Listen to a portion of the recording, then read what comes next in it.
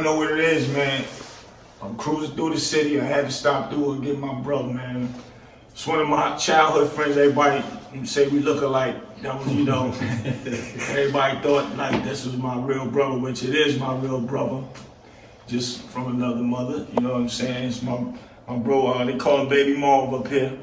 But yeah, so I had to stop through and get this one, man. Me and Jack's cruising through the city. So, y'all know how to do a street knowledge. I'm getting ready to give y'all some more street knowledge of where I come from and where this guy here come from. He used to be a hardhead. That's how he got 14 years now listening to his big brother. For real, for real. So, I want to start off, man. Where we gonna go from here, brother? We got so much stuff to do. Since like 1984, you're the big homie to me. You know, you always have my back. You always been loyal.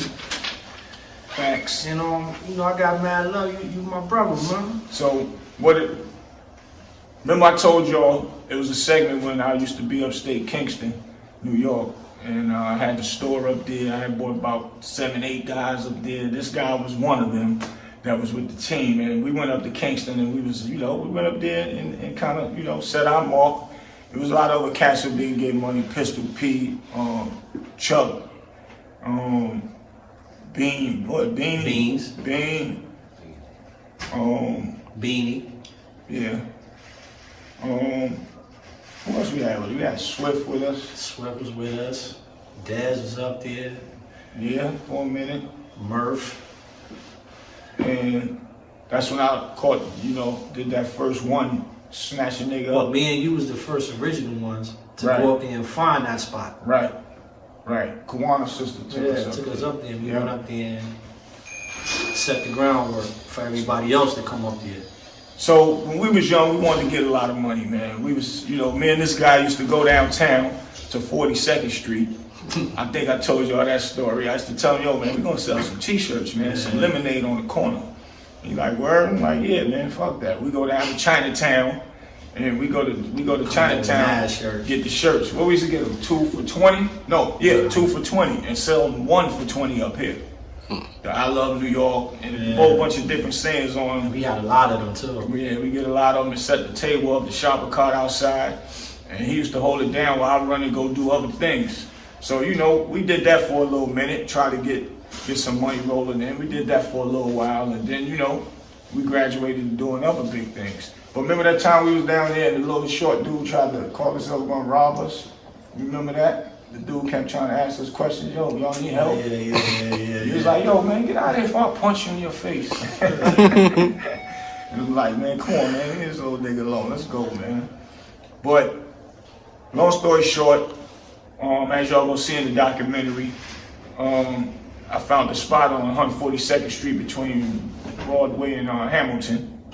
My brother Ant had found it actually and told me about it. So I went up there and talked with some crackhead dudes that was in the first floor. So it was a project that we was doing. That thing was rocking too. Yeah, we was killing them. So we had a little altercation with some dudes up there because we was killing them so much. And we, you know, we kind of moved in their area, and they didn't like that.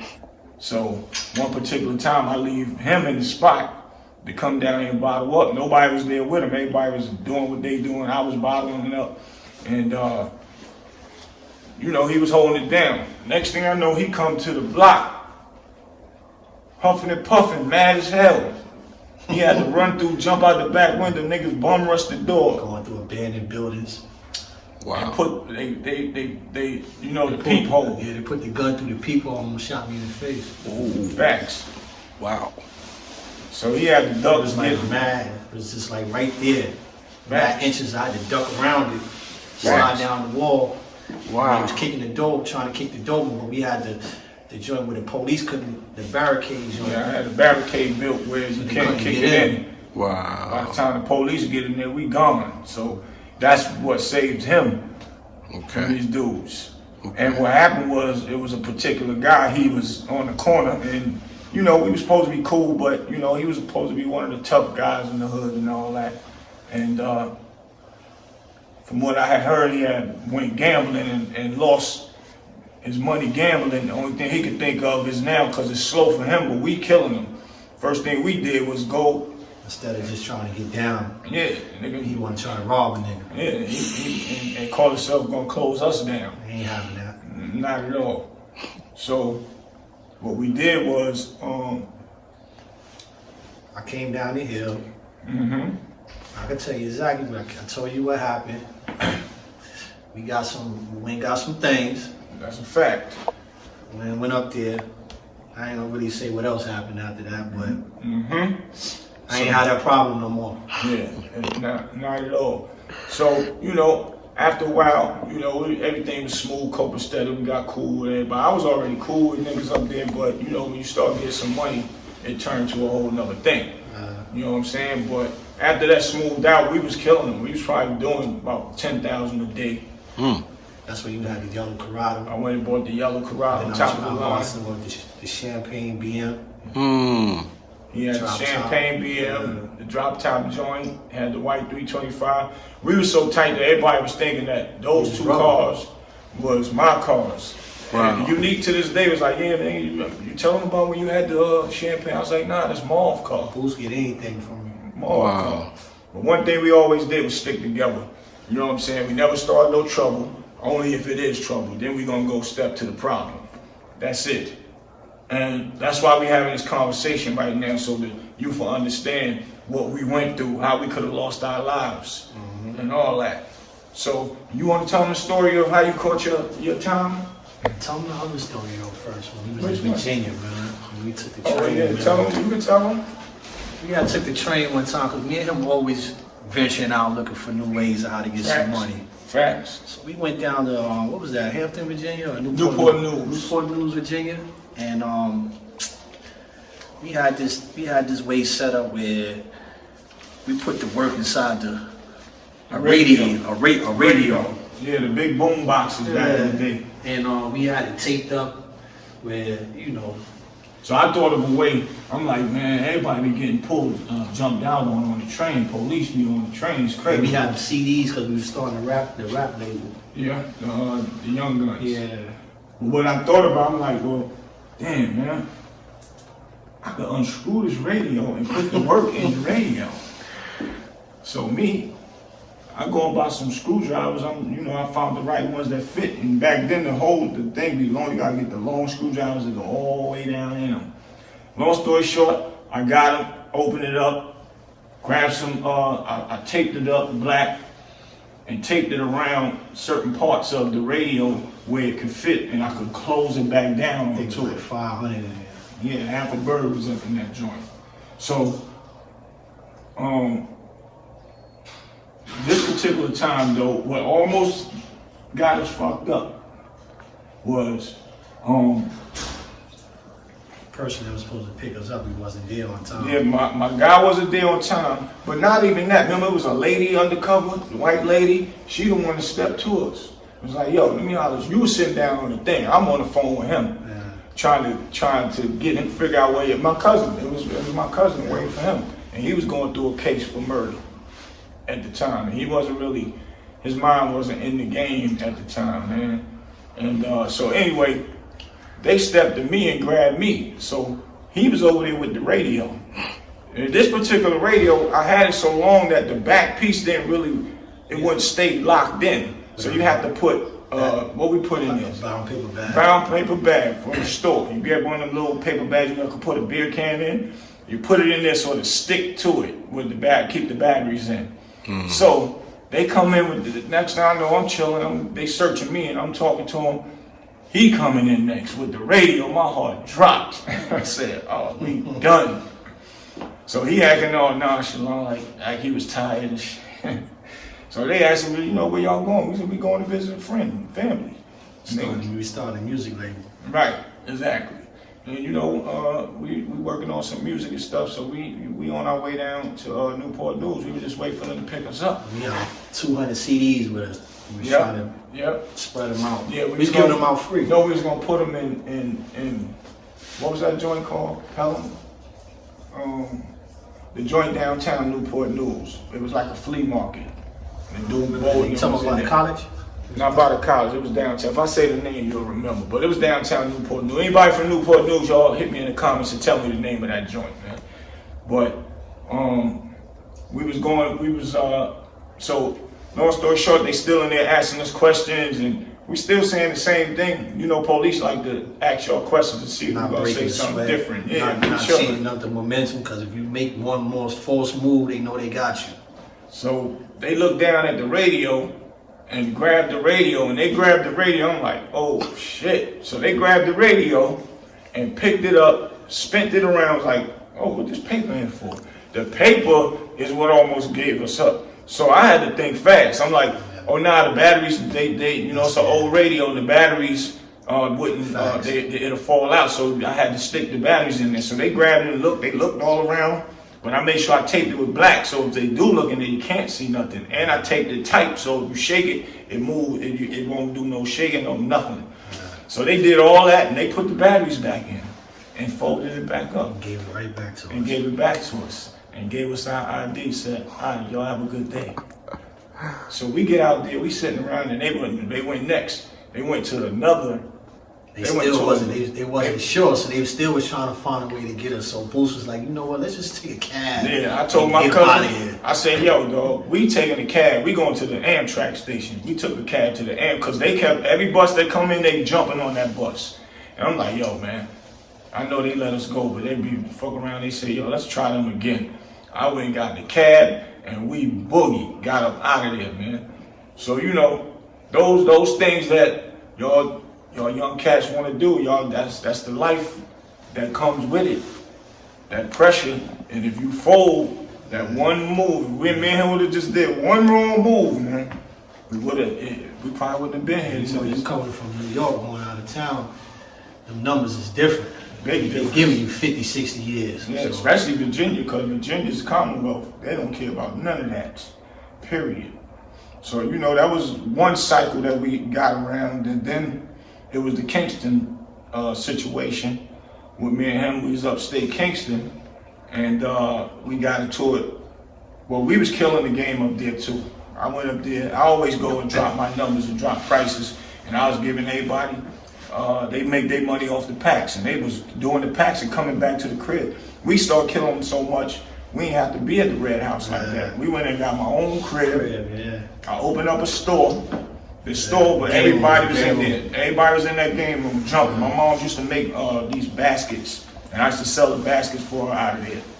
So these particular kids, was saying, yo, them New York niggas, we about to run them niggas the fuck up out of here. Ain't happening. He's like, what? So that, you know, we got a whiff of that. So me, him, and who was with us on the block? I can't remember. It had to be Swift, because Swift was always up there. Maybe Lil Tech. No, that particular time it was just me and you. They was up on Broadway. They was on Broadway. It was just me and you. Cause he was like, yo, let me go holler at this kid real quick. Yeah, we seen the kids start walking. They looked like they was walking towards the store. The dude, what is it, slow flow dude? Yeah, that was his name. I wound up bumping into that dude in jail too. Word, wow, that's crazy. I was gonna cut him up in jail. Well, what happened was, me and him, I seen the dude. I'm like, man, I'm gonna step to these niggas. Fuck that. Mom was like, all right, come on. This nigga said, come on. So we walks over there. I'm like, yo, let me holler at y'all for a minute. And the dude stopped. The nigga was like, I'm like, yo, what y'all mean y'all gonna run us up out of here and all that? He was like, what, nigga, you crazy? I said, nah, nigga, you crazy. And the nigga said, what? And he backed out on me. He pulled a gun out. I guess he thought we was gonna run. That nigga pointed the gun straight at me. Who said shoot? I said, nigga, if you ain't gonna shoot, man, I'm out of here. I spent off. He turned around, we started walking. He on this side, me, I'm on this side. And this it's a corner, you can make a left or you can go straight. The red houses was right there. I went to the left, he went to the right, because I seen the dude follow behind us. So as he followed behind us, the dude was focusing on me. Marv was over there, back over on the corner. He said, yo, Boost, yo, turn around. And I turned around, the nigga was running towards me with the gun like this. So I take off running, I drop low just in case he starts shooting. Wow. I spent the corner, he spent behind me, he started firing. Bow, bow, bow, bow, bow. Miss it. He Close missed. up. Yep. Wow. Miss. So Scared. I spins around, I get back around there with Marv at. They almost towards they their porch. So I went back to the corner like, that's all y'all got? All right, we gonna see what's up. So I'm standing right there in front of them. They just sitting on their porch, ain't saying nothing. Wow. So me and this nigga break out. I'm like, oh, we about to, they might as well move, because it's over for them. We got the team. And got the team, come back, guess who out there? Bro, Pistol Pete. Sex, Money, Murder. He like, yo. He was like, Boost, man, you know if you do that shit, man, it's gonna be mad hot out here. None of us ain't gonna get no money, bro. Let's think of a better way to do it. I'm like, Pete, these niggas got to go. He said, I understand, bro. I ain't telling you not to handle your business. I'm like, but yeah, you right.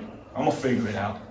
We always been about the money first anyway. That's a fact. Money first, violence later. So what I did was I didn't let him keep going back out there. We were sending our other team out there to get the money, and we was scheming on how we was gonna tear them niggas' ass up. But I'm gonna show you how God worked. They end up getting locked up. Their house got raided, and all of them went and got locked up. Exactly. So we ain't have to do nothing. So I don't know how he ended up meeting the nigga in there, because this was a couple of years later to get into his story of how he caught his first bid doing a murder, which he was young and not paying attention, and we was getting, you know, when you get so much money and then you lose it, you want all that bread back. That's what happened to me. So him being young, he wasn't wild, but he always was about his business. Got that bread, but still had heart. And the team he was running with knew he had the heart. And they was running up and robbing everything. See, now y'all gonna see in the documentary I speak about when the guys was robbing everything, when the guys come and buy drugs and they park their car. There was a group of guys that be on the roofs in the cars riding, and had walkie-talkies and binoculars. His team wasn't a part of it, but they had their own side doing the same thing the other guys was doing that I talk about. We had a different method of how we would do it. We would touch the out-of-town car, and if it was warm, and if you was dressed a certain type of way, we knew you was coming to cops, so we would just sit by the car and wait for you to come back to your car and pull them things out on you and take what we was going to take, whatever you had. So he'd go up the hill, rocking with them for a little minute, and and he'll come back down the hill, pocket full of money, bag of drugs, and then sell it. Selling shit. And he was like, man, that shit felt good. I gotta do another one. I'm like, man, you gotta chill, keep doing that shit. He's like, man, it's easy. He did about 3 or 4 more of them, and then he finally came back with the gusto, right? And told me some shit. He said, yo, we about to go and rob the Connect, but we're gonna end up having to leave somebody after we rob them. I'm like, bro, leave it now. You leave that shit alone. Left that shit alone. I'm like, bro, leave that alone, man. So what happened was, long story short, it ended up happening. I just missed the big payday, man. He just took it out of there about 4 hours before I got there. So what I did, it wasn't even worth it, because I didn't come off with nothing. Nothing. And I wound up doing 14 for that. And I told him, I said, man, leave that shit alone. I said, everybody's cool, but you ain't really grew up with them like that. You don't know. The niggas I was running with, they told me. You ain't gonna know if they gonna tell you. Those wasn't my original day ones. And I'm like, you grew up with them, they cool, niggas about their business, whatever, but you don't know if something hit the fan, if they gonna be able to hold their mouths or not. And he's like, nah, I'll get them being like this. And I'm like, all right. And he left and went and did what he did on his own, right? So they get up in there and get the safe. Long story short, somebody lost their life in that house. He comes down the hill, called me, and that down the block is it was a garage like this one, but it was an old abandoned one. So they come with a whole safe. They like, yes, this the ghost gusto. So we go up in the in the garage. Break that thing open. They break the safe open. It took me about 3 hours. Yep, about 3 hours to get into that safe. Finally get into that motherfucker. And guess what was in there? Nothing. Some pennies and nickels. I just missed it. So to tell you how smart the Spanish dudes was up there. They had a dummy safe in there, and they had the real safe up in there. Y'all didn't miss it. Y'all didn't get the real safe. The police got the real safe. Mm-hmm. The police got the real safe that was with the shit in it. Wow. It was in a whole other room. Wow. So now this is a story to let y'all know, and this is my brother, someone I love and die for, vice versa. And it's like he did 14 years. Somebody lost their life. Somebody lost their life, man. And basically he lost a lot of his life during that time for nothing at all. And not only that, the Spanish niggas, they didn't even get their drugs or whatever that was in that saved them money. The police got it after the fact. Lost a lot of my connections. When I came home, I ain't really know nobody no more. I had to start all over. Yep, facts. That's a fact. So it's rough. It's rough out there in that world thinking that robbery shit and all that. Like when I be telling y'all, man, I'm not telling y'all just because I'll just be talking. I live that life, man. I'm in New York and I'm showing y'all what I've been through, and I'm bringing one of my friends and they showing you what they did. It ain't worth it. Cause I could have made more. I could have made more, way more than that. Shit. Just For real, he could have made Just 14 years of money in 1 year from what we was doing. It's just called fall back and regroup. That's it. Fall back and regroup and do it another way. Not saying that selling the drugs would still been cool either. Could have lost his life doing that, but it would have been better. He wouldn't have lost his life for nothing. 14 years for some nickels and some pennies when they opened that shit. There was something else in there, some little box. then or when you something. look back at it, you know somebody else lost their life for trying to protect yourself. That shit ain't worth it, man. Right, for real. That shit is like crazy, man. So, you know, those are our stories. And one of where I could have lost my life with a guy pointing the gun at me. But I was always told, if somebody point a gun at you, don't run. Either I'm gonna rush him and take it, try to take it, and get shot. Maybe I ain't gonna die trying. Yeah. Or walk away from it. That was just the code we came up under. Yep. Because if you run, that's what make him get the heart to shoot. Because once he let me walk away, why he come behind me for and didn't want to run up on me? He ain't had a heart to shoot from the first time. And now he gave me a chance to come back and get him. But luckily, he went to jail because I was going to come back and get him. And I'm only saying this to say, no telling what it could have been on site, but I could have got caught up going to get him. He lost his life, I might have lost my life trying to go get him. Anything is possible, you know what I'm saying? So that's what these stories is about. All the way down to when I snatched a nigga up there, put him in the car and had somewhere where I was gonna take him to knock him off. But he lucky that lady was his angel when I brought him outside. Another time, and Pistol Pete was right there to open the door to let me in. They gonna get him. Because we never been the type to start shit, Nah, but we always finished it. that's a fact. That's a fact. So, never played no tough role, not no tough guys. We used to like to get money, just be fly, and that's it. Have fun. He's the reason why I liked to get the money, because he always had some type of scheme going on. That's a fact. Oh, ain't nothing changed. Big facts. But it's legal schemes now. Yeah, that's a big fact. So, you know, we on to that bigger bag, that $1 million bag legally. And that's what it's all about. So I just wanted to let y'all know, and I had to get my brother on here so y'all could understand the story better than me just telling it. It's coming from somebody that was there with me and actually went through it. Can I get one little thing though? Yeah, please do. Give it all to him. I'm a product of the streets, but I also want to point this out.